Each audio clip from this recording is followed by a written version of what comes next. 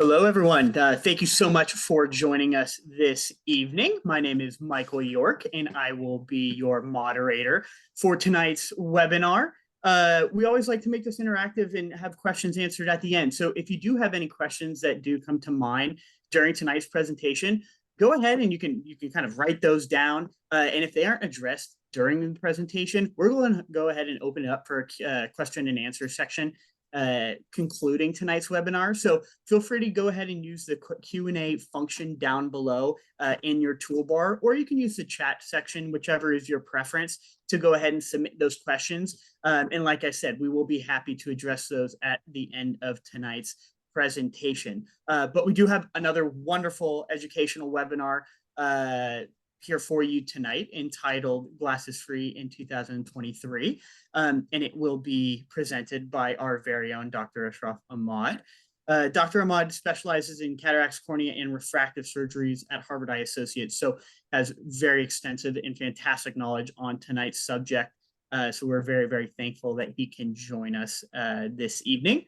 About Dr. Ahmad, he completed his Bachelor of Science at Kent State University and his medical degree at Northeast Ohio Medical University, after which he conducted his ophthalmology residency at Case Western University, where he served as chief resident and awarded the Most Exemplary Resident Award. He then moved to California to complete his fellowship training in cornea and refractive surgery at the highly regarded Gavin Herbert Eye Institute right down the road at UC Irvine. And we are very thankful that he decided to stay locally and stay in Southern California and join us at Harvard Eye Associates. So we're very happy to have him as a part of our Harvard Eye family and very happy that he can join us for tonight's educational webinar. So without further ado, I will pass things along to Dr. Ahmad himself. Wonderful. Thank you. Thank you, Michael, for that introduction. And thank you all for those of you who are joining us tonight. I'm really excited to have this opportunity to discuss all of the options that we have available at Harvard Eye to get you glasses free in 2023 and beyond. And so just to kind of reiterate what Michael has already said, if you have questions throughout the chat, please feel free to either submit them in the chat section down there and Michael will fill them, or you can hold on to those until the end of our session and we're happy to open it up to a question and answer format.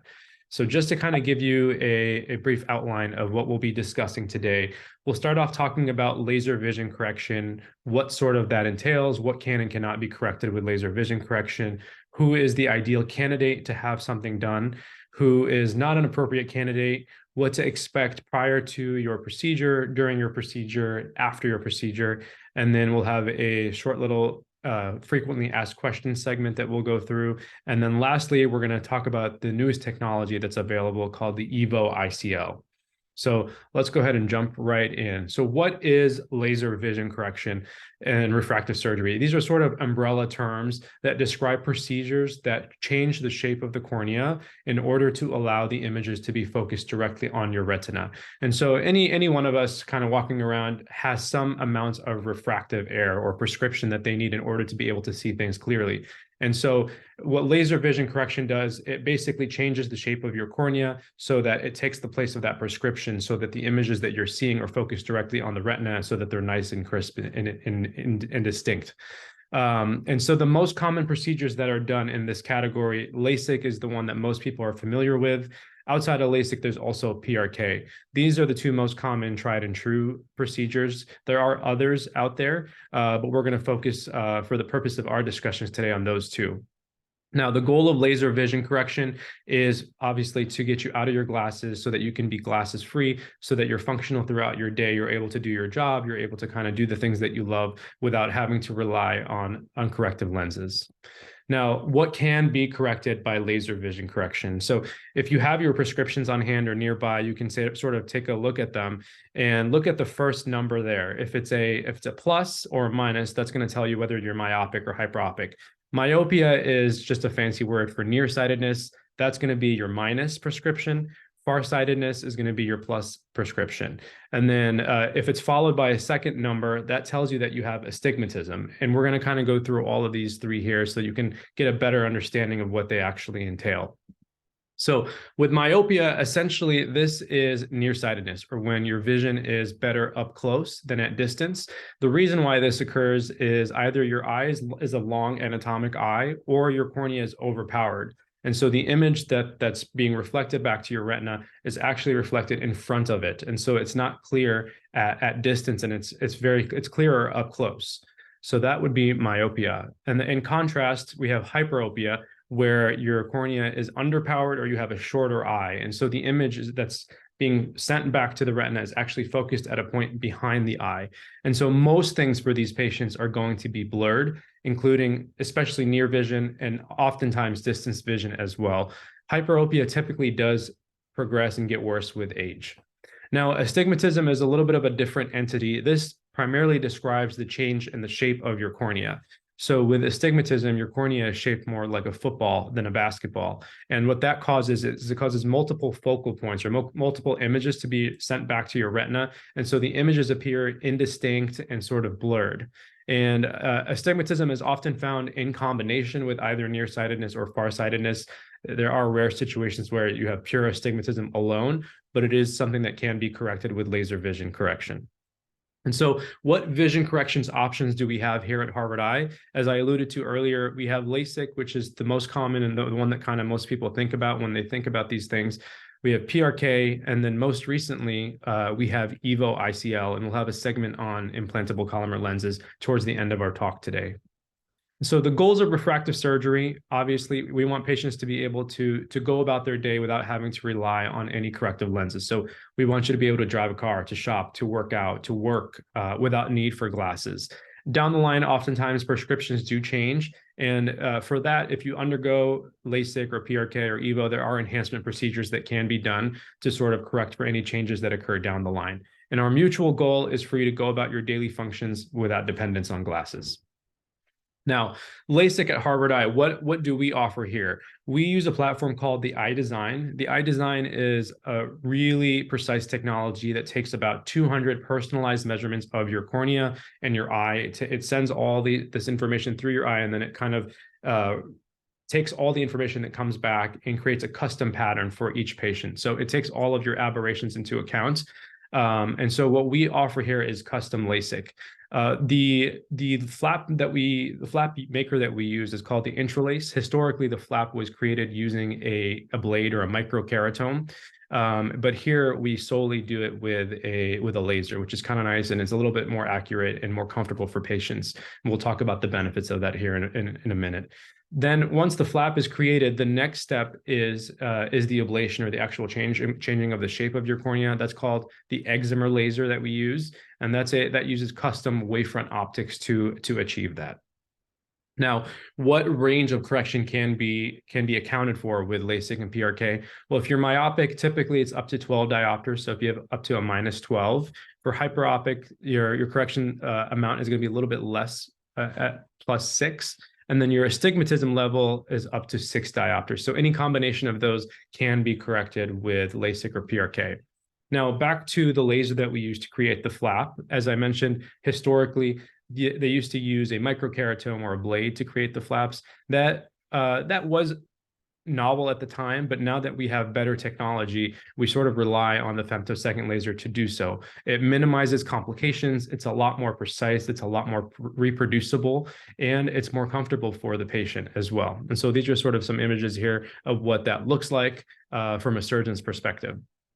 Now, other benefits of the femtosecond laser, one is it reduces thermal damage and distortion to nearby tissues. As I mentioned, it's very precise, highly repeatable, and it's more comfortable than what was historically used, the microkeratome. Now, going to the excimer laser, this is the laser that, again, changes the shape of your cornea to achieve the desired result. Just to kind of give you or speak to the accuracy and the precision that's required, on average, what we're sort of shaving from your cornea is less tissue than the thickness of a human hair strand. And so that really speaks to how accurate these lasers need to be and how precise they are in order for us to be able to deliver the outcomes that we're delivering. Now, just to kind of give you the brief overview of the steps of LASIK, the first step is the creation of the flap. And so when you come in, we do these procedures in the office, and there's going to be a bed in between two lasers. The first laser does the flap creation. So we create the flap for each eye. And then once the flap is created, the surgeon goes in, lifts that flap up, and on the bed that's exposed, that's where the second laser is used. The excimer laser is used to create the ablation pattern. Once that second laser is done, then the surgeon goes ahead and replaces the flap back in its position, and the same procedure is done on the second eye. PRK is a little bit different than LASIK in that there is no flap. So this may be more appropriate for patients who don't want a flap, who are in high contact sports or martial arts, things of that sort, or maybe their corneas are too thin. We'll recommend PRK as opposed to LASIK for these patients. And so the steps vary in that, one, we don't have that the LASIK flap initially. So instead, the surgeon goes in there and manually removes the surface cells. And once those surface cells are removed, then the same laser that was done for the ablation, as in LASIK, is done for PRK. Now that we've sort of removed those cells, you're going to go home with a contact lens, and the contact lens really serves to provide more comfort throughout the day and the night, so that you're not in any pain. And so you'll go home with those contact lenses, which are then removed within a few days of the procedure. Now, just again, to rehash PRK, it's the same laser and exposure pattern as in LASIK, but rather than having a flap, we do the scraping of the surface cells, and then we do the ablation pattern right on top of that. And so we'll talk about who's an appropriate candidate for either of these procedures here in just a minute. Now, there's going to be pros and cons to any procedure. With LASIK, the pros that most of you guys know, it's really, really quick, really rapid healing. Generally within 24 hours, patients are kind of able to go back to work, and they have pretty good vision at that point. And their vision is obtained, their best vision, I should say, is obtained faster than it is with PRK. Now, there are some downsides to LASIK as well. So once we create that flap, in order for us to do LASIK, that flap is with you for life. And so if you're involved in any significant trauma, whether that's like a finger to the eye that's inadvertent, you are at risk for having that flap dislocate. It's very, very rare, but it does happen, and it's something that you should be aware of. The second thing that's a lot more common is dry eye. And so generally, I always tell my patients to expect a little bit of dry eye afterwards. Most patients kind of improve within 1 to 2 months if they do develop dryness. The data is showing that most patients who do develop it get better within 6 to 12 months. And that's true for the majority of patients. And so the main thing with dry eye is to really identify it ahead of time. So if it's there, we want to treat it aggressively. So I always, in general, have my patients start some form of lubricating drop and warm compresses just to kind of get the ball rolling so that we can avoid or mitigate some of that dry eye that can develop. Now, PRK has some pros as well over LASIK. One is there's no flap complications. So again, if you're somebody who's involved in a lot of contact sports, it's probably a better option for you. And if you're somebody who has thinner corneas, we probably will recommend PRK over LASIK. The cons of PRK, it's a little bit of a slower healing process in that we tell patients to expect their best vision to kind of kick in at 4 to 6 weeks. So you're not going to have that instant day one total improvement in your vision. It's a little bit more discomforting, mainly because when we do the scraping of your cells, we're basically inducing an abrasion. And so that's why you go home with the contact lenses, to prevent some of that pain. And we do recommend that you have some kind of pain med on board, whether that's Advil or Tylenol, depending on your pain threshold. And as I mentioned, best vision is obtained a little bit slower than with LASIK. Dry eye does happen with PRK, but to a much lower incidence. And so that may actually kind of put that in the pros category as opposed to the cons. Now, another sort of niche group that kind of comes to see us talking about LASIK and things of that sort are presbyopic patients, or patients who are at the age of 40 and 45 who naturally their lens inside the eye starts to harden, and so they lose the ability to see up close. And so when we see these patients, we sort of have to introduce the concept of monovision. And why would we do that? Well, if you're presbyopic and you already have lost the ability to see up close, if we correct your vision with LASIK for distance in both eyes, then your distance vision, obviously you won't need glasses, but because your lens is already hardened inside the eye, you're not able to change focal points to get you to that near vision. That's why you require those reading glasses. And so for these patients, what we recommend is monovision, one eye set for distance, one eye set for near. We always like to do a contact lens trial to see if your brain can tolerate that difference. And for patients who do well with that contact lens trial, they end up doing really well surgically. And when you have one eye distance, one eye near, you kind of get a very nice blended vision. Now, again, there's going to be some downsides to that. What are they? One is you lose a little bit of your binocular visual acuity. You lose a little bit of your depth perception as well because the eyes are not working at the same focal point. So you're getting two separate images. But really, patients who tolerated the contact lens trial really don't complain much about it and really love it. Lastly, contrast sensitivity is slightly diminished as well when you have monovision. Now, what are the common complications or risks associated with LASIK or PRK? One of them is over and undercorrection. So whether we overcorrected your prescription or we undercorrected your prescription, and so your vision is not quite exactly where you want it to be, we like to make sure that your prescription is stable. And if this is the case, once it's stable, we can choose to move forward with an enhancement if we think that you'd benefit from it. The second thing that can happen is glare and halos. And that's typically, if it's going to happen, is usually around lights or headlights or when you're driving at night. This historically was a problem with the earlier generation of lasers, the third generation of lasers. Now with the newer generation of lasers, we really don't encounter this to a significant degree. Lastly, dryness. Dryness is by far the most common thing that can happen after LASIK in my experience. And that's why I usually treat it aggressively on the onset. Since the beginning of our consultation, essentially, we'll talk about dry eye, and then I ask you to kind of carry forward any treatment options that we discussed after the surgery. And as I mentioned, it really depends on the exam, how much dry eye we're seeing on the exam, as well as the symptoms, and we sort of take that into account and come up with an appropriate treatment plan.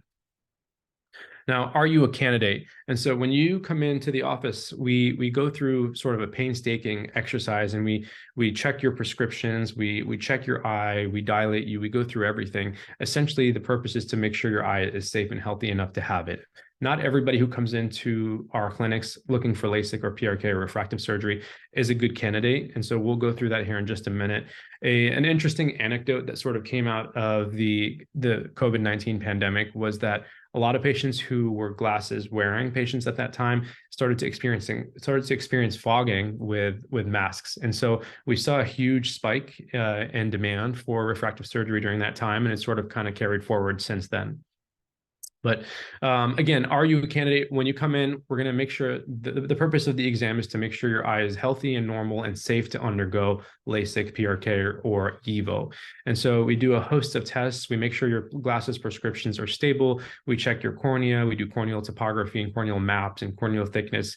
And then we look at the overall health of the eye. And based off of that, we take all of that information and come up with a judgment as to whether or not you'd be a good candidate for LASIK, PRK, or EVO. And we have that conversation with you. So like I mentioned, not everyone is a LASIK candidate. We'll go through all these tests together. I'll sit down with you and we'll have a conversation as far as which procedures you're an appropriate candidate for, which ones you're not, and we sort of make a decision together. Now, not everyone is going to be a candidate, so we're going to go through a few scenarios here that may preclude you from one or sway us in the direction of a different procedure. So, for example, if you've ever had herpes virus in your eye or HSV or VZV, the actual lasers can reactivate your virus. So it's important for us to know that ahead of time so that we can take appropriate measures. If you've ever had prior RK or prior refractive surgery, it's also important for us to know that so that we can avoid creating a LASIK flap in that patient. We want to know about your prescription. Has it been stable? Has it kept changing? Ideally, I like to see 1 year of stability before proceeding. And so usually if there's any concern about shifting or changing refractions, we want to wait before proceeding. If you've ever had a lazy eye as a kid or you had any eye alignment surgery, it's, again, important to bring that up because we know, one, laser will not fix it, and two, we want to make sure we're doing good and no harm. So if you have any related eye history, obviously you want to bring that up to us at the time of our consultation. If you had a history of keloid formation or you're a poor wound healer, we want to know that as well so that we can sort of anticipate that and take the appropriate precautions to make sure it doesn't affect your postoperative care. If you're pregnant, we want to wait until after you're finished breastfeeding because a lot of the hormonal changes can cause fluctuation in your prescriptions. And so again, that kind of goes back to the concept of waiting until your prescription has been stable. If you're involved in a lot of these high contact sports or martial arts, then maybe we want to avoid creating a flap in you to avoid that risk of flap dislocation in the future. And so for those patients, we think more in the realm of PRK or EVO. If you're on any medications like tretinoin or Accutane that can cause or delay wound healing, we want to know that ahead of time so we can discontinue them for a short period before your procedure. And then lastly, if you have any known medical conditions that are systemic, diabetes, lupus, or any connective tissue diseases that can impact your healing from the surgery, we want to know about it as well. If you're a contact lens wearer, as most people who come in for LASIK or PRK are contact lens wearers, we want to know about that as well, mainly because contact lenses can warp your cornea and distort and change the shape of your cornea. And so we want to give you a little break from those contact lenses to allow your cornea to go back to its normal shape and configuration.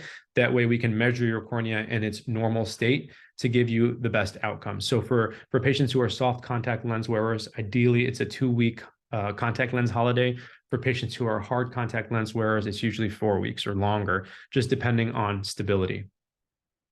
Now, once we determine that you're a candidate, what to expect and what sort of technology do we have here at Harvard Eye? The technology that we use is wavefront guided LASIK, aka custom LASIK.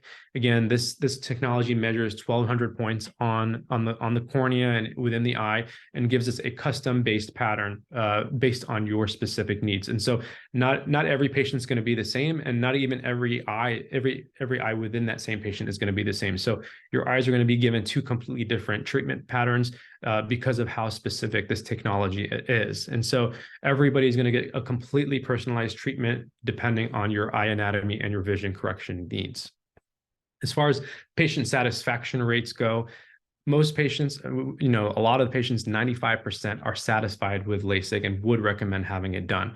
There's always going to be some patients who are not quite satisfied due to a few factors. And there's 3 main factors that it comes down to. One is if there's residual refractive error, meaning the patient was under or overcorrected.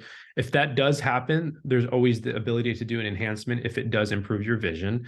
Dry eye, again, that's a huge thing that can happen. And so it's important to identify it ahead of time, treat it appropriately. If it does happen afterwards or develop afterwards, we can take the appropriate measures to address it as well.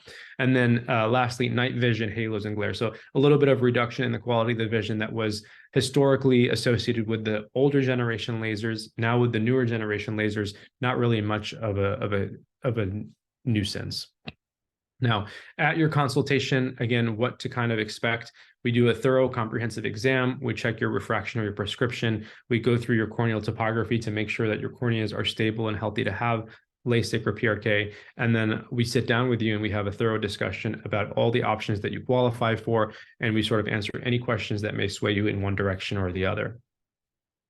On the day of your procedure, whether it's LASIK or PRK, you come in, we repeat the examination, we verify all of your measurements. I always like to say cut or measure twice, sometimes 3 times, and then you cut once. Expect a painless experience. You should not be in any discomfort, any pain. We also like to give like an anti-anxiety medication to help with any nerves. And it's done in the office. So this does not require a trip to the operating room. We do it in our location in Laguna Hills. Recovery-wise, with LASIK, super quick recovery. Some patients return to work as quickly as the next day, which is wonderful. And as far as post-operative visits, I usually like to see patients the day after surgery, a week after, and 1 month, and then 3 to 6 months after that. PRK, again, a little bit longer recovery than LASIK. You're going to go home with a contact lens, mainly for providing pain relief. And the post-operative visits are going to be a little bit longer, in that I see you the day after, I see you again within 1 week to remove your contact lens, a few weeks after that, and then again at the 3 to 6 month mark, as with LASIK. So, a lot of patients come in and they ask very similar questions. So I've compiled a short list here of questions that are often asked. So a lot of patients are coming in and they're like afraid, what if I blink or what if I move during surgery? What happens in that case? Well, as far as blinking goes, we use an eyelid holder, an eyelid speculum, to make sure that whether you blink or not, it doesn't affect our surgery. The second thing is the laser itself is equipped with active tracking and iris registration. And so if it detects significant motion or movement, the laser automatically pauses the treatment on its own. Now, does LASIK or PRK hurt? Again, no. The surgery itself should be painless. The recovery should also really not be that discomforting. PRK will be a little bit more uncomfortable than LASIK, but you really shouldn't be in too much pain. How long does it take to do the procedure? Both are done in about 20 minutes or so. how quickly can you go back to work? With LASIK, it's as quick as the next day. With PRK, I generally say, well, take a few days off. 3-4 days would be fine before proceeding back to work. What happens if you're over or under corrected? In those cases, we always like to ensure stability. So we want to make sure your prescription is stable. And then if it is stable and we know that you benefit from having that prescription input into your eye, then we can go ahead and consider doing an enhancement. Now, what if I develop dry eye? Well, like I said, most patients who do develop dry eye end up getting better within the first year after LASIK. And so the important thing is to just address it if and when it happens. And so we do a lot of topical drops, we do warm compresses, we can do procedures like punctal plugs, which are all covered by insurance if needed to help address dry eye. And then lastly, is laser vision correction worth the cost?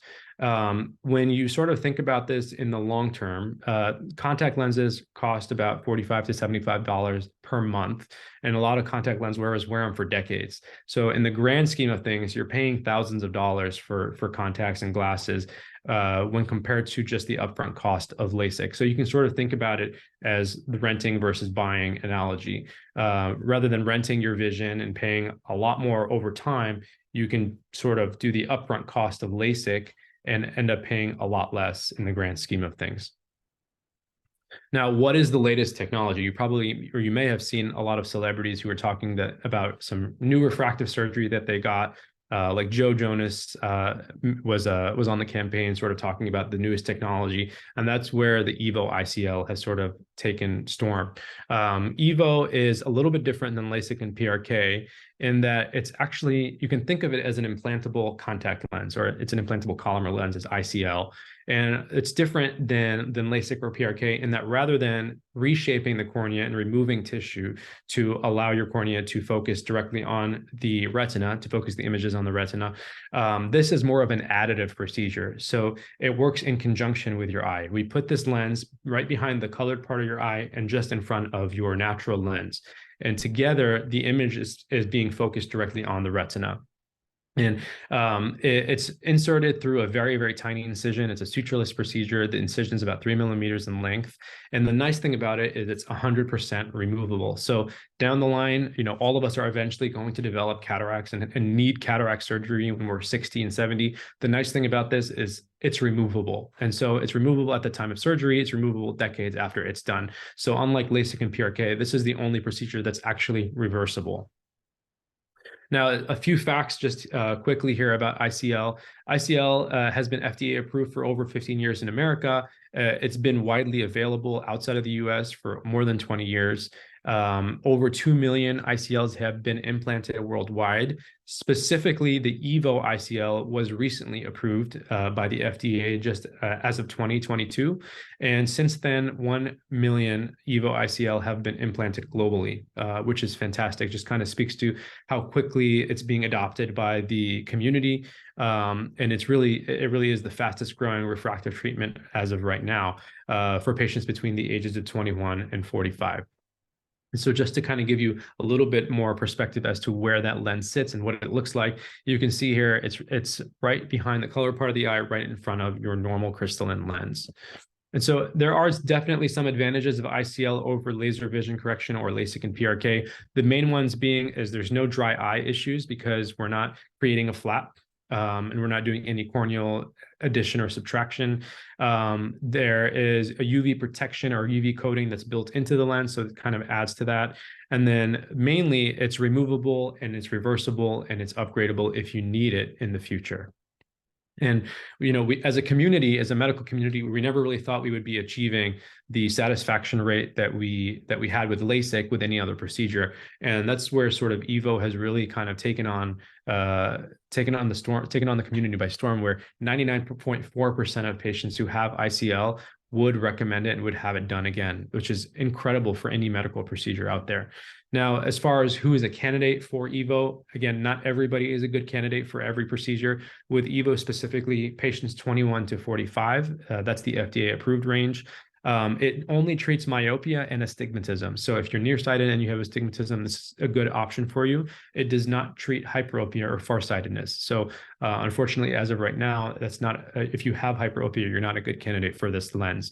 Again, we look through a lot of the same parameters as we do for LASIK and PRK. So we want to make sure your refraction is stable again, that's stable over the last year. And we do a full thorough examination, making sure your eye is healthy enough to have this procedure. Again, kind of going back to the benefits of EVO, you're going to get a reversible procedure, so there's no changes in your cornea that are happening. You're going to get excellent night vision, excellent contrast sensitivity, no dry eye issues.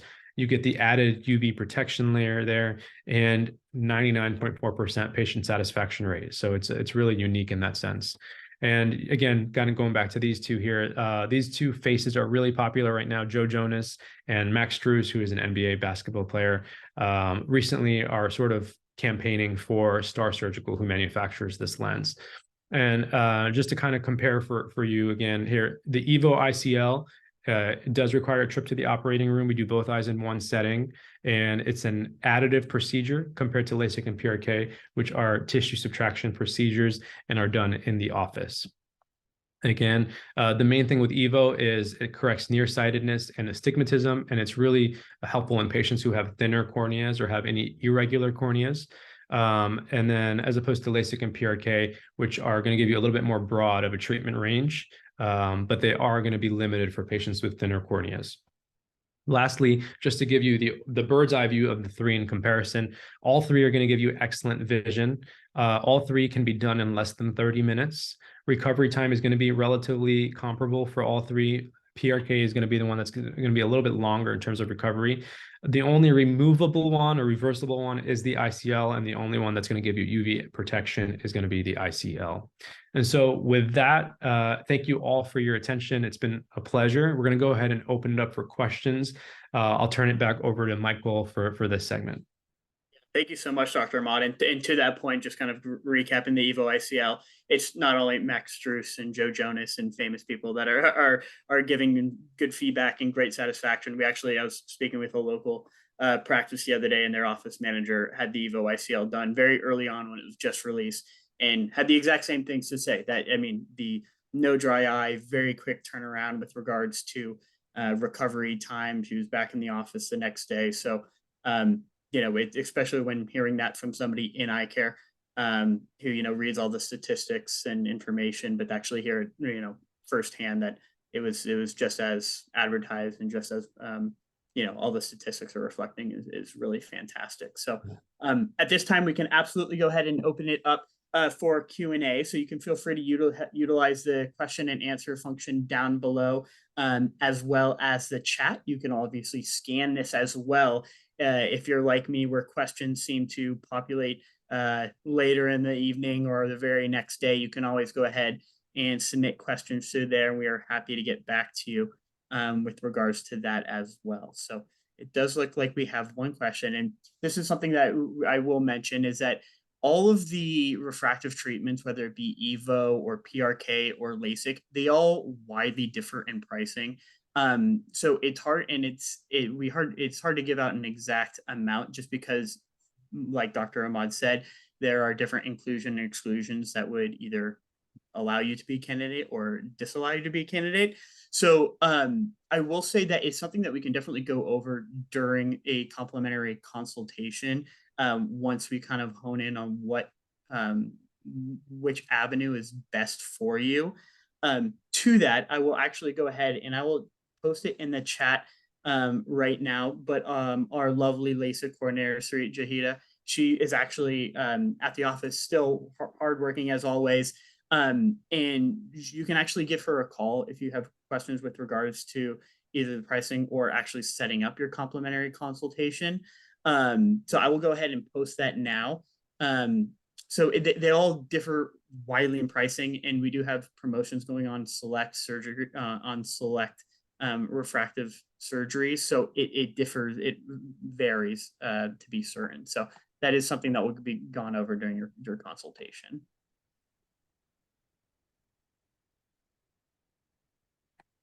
And additionally, if you're anything like me and you take in a lot of this information and would want to review it again, don't worry, because we'll actually be sending a copy of this recording. So you will be able to watch it again. If you have friends or family that were meaning to sit down and watch it as well, but they weren't able to make it, you can absolutely share it with them. And the same thing, you can go ahead and scan the QR code and send questions that way as well. Yeah, and this QR code that we have up here will actually take you to our online LASIK self-test, and it will ask you a bunch of questions that sort of see if you qualify or disqualify for LASIK, and it kind of feeds that to our end so we can get in contact with you if you're interested in moving forward with a consultation. And it looks like there's one more question here. Yeah, this is a great question. And Dr. Ahmad, speaking to kind of what are things that people should look out for when like kind of selecting a doctor to do your surgery? Are there certain things you as a doctor yourself kind of, you would have patients look for in certain, things that they're suggesting, or, things that the potential surgery physician bring to the table during these consultations?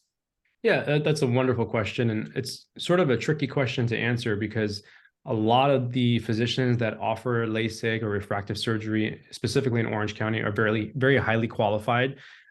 So one thing is sort of just looking at their educational background to make sure that you feel comfortable with where they've trained. Most physicians have trained at incredible places and are very well equipped to do any of these procedures. I think the one thing that it comes down to is fit. And so you have to be really comfortable with who's doing your surgery. And really, you have to have that discussion with whether it's a LASIK counselor, or if you get to meet the physician that's doing it ahead of time, it's also really nice. And I'm always more than happy and willing to meet with you personally. That way you sort of develop that little comfort zone, and you're more at ease on the day of the surgery. And so at a lot of places, you sort of don't get to meet the surgeon until the day of the surgery. At Harvard Eye, we always make accommodations. If you're interested in meeting the surgeon, we can make that happen. If I can speak on your behalf as well, Dr. Mott, I think one thing that you and the team at Harvard Eye does very well is kind of not, and you reflected it in this, is not kind of pigeonholing patients to a specific kind of surgery. It's really what works best for your potential eyesight and what your best corrected vision can be, and best, what is best for your eye health down the line. Um, and like I said, I like to commend you because I think you guys, you and the team do a very good job at that. Thank you. And I think it's important to also, if you have the time, go to more than one consultation and see sort of what their thoughts are. We always welcome second opinions, third opinions, because at the end of the day, these are your eyes, and we want to take the best care that we can. And we pride ourselves at Harvard Eye in always doing what's in the best interest of the patient. Doesn't look like we have any more questions at this moment. And like I said, please go ahead and scan the QR code, because you will be able to submit questions down the road and in the coming days if something happens to pop into your mind. But before we sign off for this evening, Dr. Ahmad, any last words? Just to kind of go back to the complimentary consult, we're always happy to set that up for you. We can accommodate all schedules. At the end of the day, like I mentioned, we want to give you the best visual outcome that we can. That's our goal, and that should be our mutual goal. So we're excited to see you guys in the office and answer any additional questions that can come up in the meantime. Thank you so much, Dr. Ahmad, for sharing your evening, and thank you everybody for joining us. And being that it is the 5th of December, I think it's okay for us to say happy holidays. I think this is the last patient webinar of the year, so we're very glad that you can join us, and we look forward to seeing you for another patient educational webinar in the new year. Absolutely. Happy holidays. Happy holidays, everyone.